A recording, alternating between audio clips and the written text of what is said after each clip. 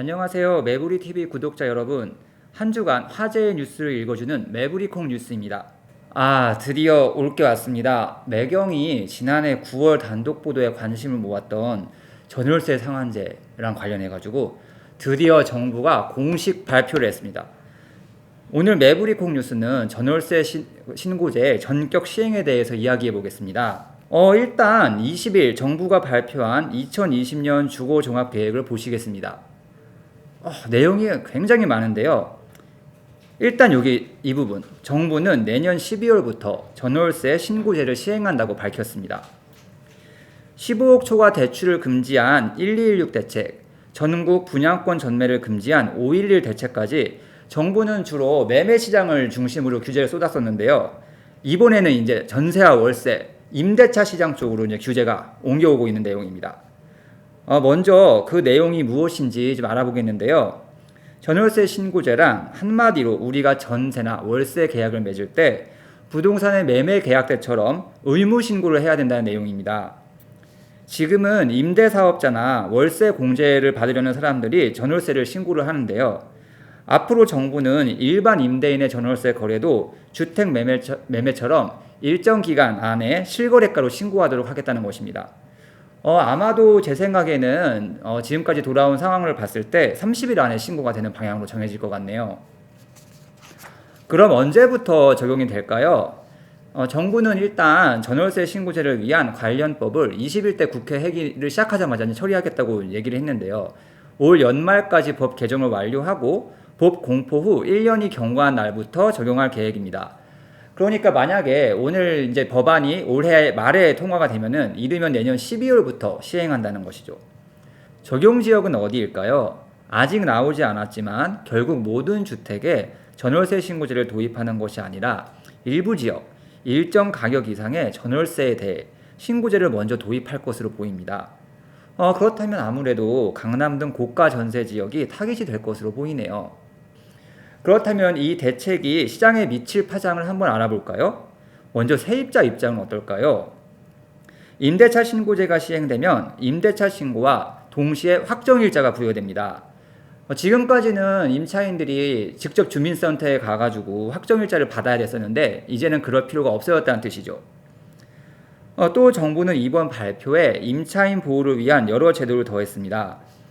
우선 선순위 보증금과 관련해 단독과 다가구 주택도 임대인 동의 없이 보증금 보험에 가입할 수 있도록 제도를 개선하고 불법행위 신고센터도 열었어요.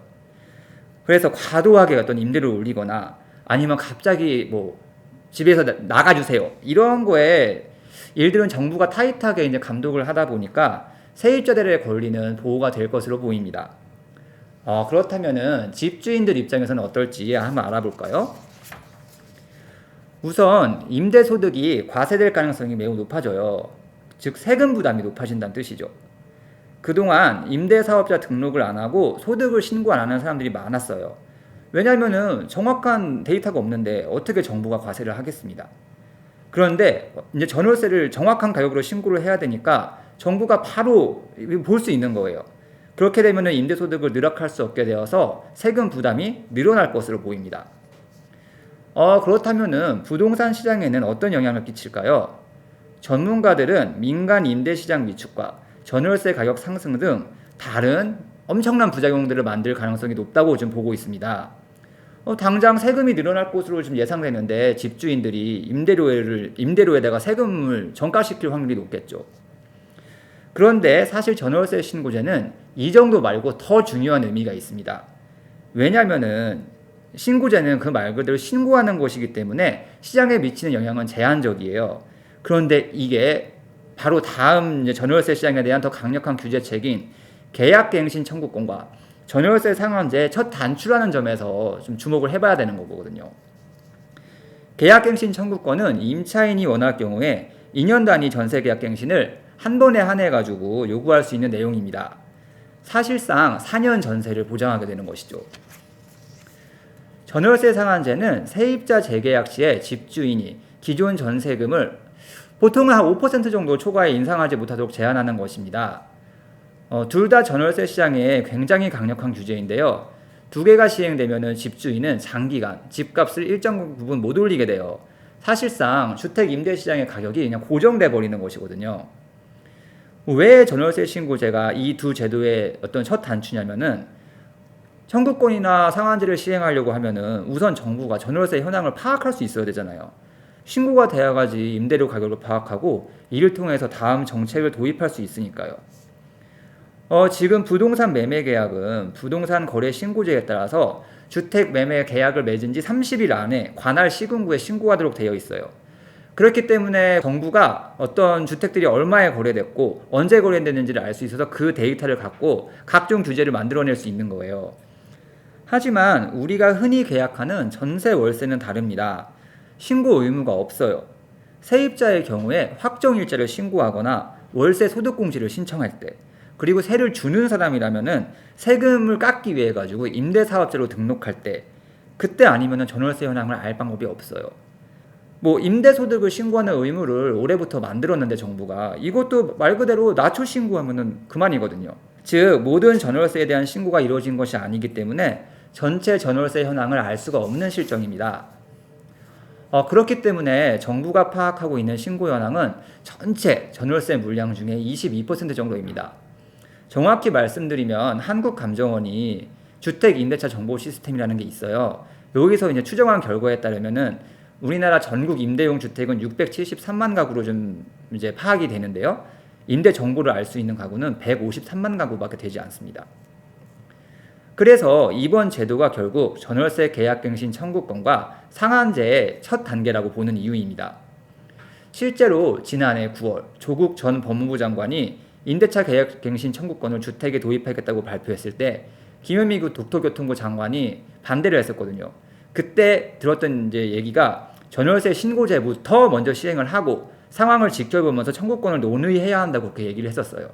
그래서 전월세 신고제는 결국 청구권이랑 상한제로 갈 가능성이 매우 높아요. 만약 이 두 제도가 시행된다면 어떻게 될까요? 인위적인 가격 통제 제도이기 때문에 부동산 시장이 왜곡될 수 있다는 우려가 굉장히 크고요. 그렇기 때문에 과거에도 집주인이 제도 시행 전 임대료를 미리 올리면서 단기적으로 가격이 급등한 경험이 있습니다. 단기적으로는 우리가 90년대 전세 계약을 2년으로 연장했을 때 앞으로 2년 동안 못 올린다 그래서 폭등한 적이 있습니다. 앞으로 오를 것까지 미리 땡겨서 받는다 이런 것들이 있어가지고 신규 계약자들 같은 경우에는 굉장히 더 어려워지는 게 아니냐 이렇게 볼 수도 있습니다. 실제 심 교수님 얘기처럼 전세 제도가 이제 지금 1년에서 2년으로 연장되기 직전 연도인 1989년에 서울 전세금 상승률이 무려 23.68%를 기록해요. 그리고 제도 도입 원년인 1990년에는 16.17%를 기록합니다. 더 자세한 어떤 시뮬레이션을 한 연구 결과도 있어요. 최근 임재만 세종대 부동산학과 교수님이 주택 임대차 계약갱신 청구권이 도입에 이제 영향에 관한 연구를 발표를 했는데 상한제랑 청구권이 함께 도입될 경우에 집주인이 첫 임대료를 제도 어떤 시행과 시장 상황에 따라 가지고 최대 21.57%까지 올릴 가능성이 있는 것으로 이미 나타났어요. 그런데 지금 문제는 수도권 공급 물량이 지금 줄어들고 있는 상황이라는 거예요. 결국 전월세 신고제랑 그 다음에 상한제, 청구권으로 이어지면은 시장이 더 불안하게 될 수 있다는 것이죠. 시장은 앞으로 더 불안해질 가능성이 높습니다. 당분간은 수도권 전체 공급 물량이 줄기 때문에 불안한 것도 있고 그리고 이제 우리가 대출 규제를 굉장히 강하게 하는 바람에 매매로 넘어가야 될 수요가 전세 수요로 돌아서서 전세 시장이 더 불안해지는 측면이 있습니다. 이런 정책이 계속 가게 된다면은 특히 전세 시장 같은 경우에는 굉장히 불안하게 움직일 가능성이 크다라고 볼 수 있습니다. 실제로 2021년부터 2022년까지 서울 아파트 입주 물량이 올해 거의 반토막 수준이에요, 매년. 2021년 서울 아파트 입주 물량은 21,416에서 21,939가구고 2022년은 1862에서 12,516가구에 불과하다는 민간기관 연구 결과가 있어요. 근데 2019년에 45,024가구였고 2020년에 41,000가구가 지금 예정돼 있거든요. 실질적으로 반토막이 나는 거예요. 궁극적으로 전월세 상한제가 세입자들의 주거복지 질을 떨어뜨려서 악영향을 준다는 전망이 나오는 이유입니다. 그리고 임대료를 올릴 수가 없어요. 그러다 보니까 집주인이 예를 들어가지고 개보수를 하겠어요? 안 할 거예요. 결국 소홀히 한다는 것이죠. 그렇다면은 전월세 상한제가 과연 이제 성공할지에 대해서 좀 얘기를 해볼게요. 사실은 계약갱신 청구권과 전월세 상한제는 과거 정부에서도 여러 차례 도입을 하려고 시도를 했었어요. 2011년에 이명박 정부 때도 논의를 했지만 당시 국토해양부가 어떤 전세 시장이 불안정해질 수 있다며 오히려 이렇게 반대를 했었어요. 그리고 박근혜 정부 시절인 2013년에도 민주당이 당론으로 추진을 했었거든요. 그런데 국회 국토교통위원회에서 오히려 임대료가 상승하는 결과로 이어져서 목표로 하는 약자 보호 기능을 하지 못할 것이라는 주장이 나왔었습니다. 그동안 계속 논란이 많았던 전월세 상한제, 그 첫 단추인 신고제가 내년부터 시행됩니다. 논란의 정책이 취지처럼 과연 시장 안정화 효과를 가져올지, 그리고 제대로 시행이 될 수 있을까요? 손동훈 기자였습니다. 다음 주에도 더 알차고 신속한 뉴스로 찾아뵙겠습니다.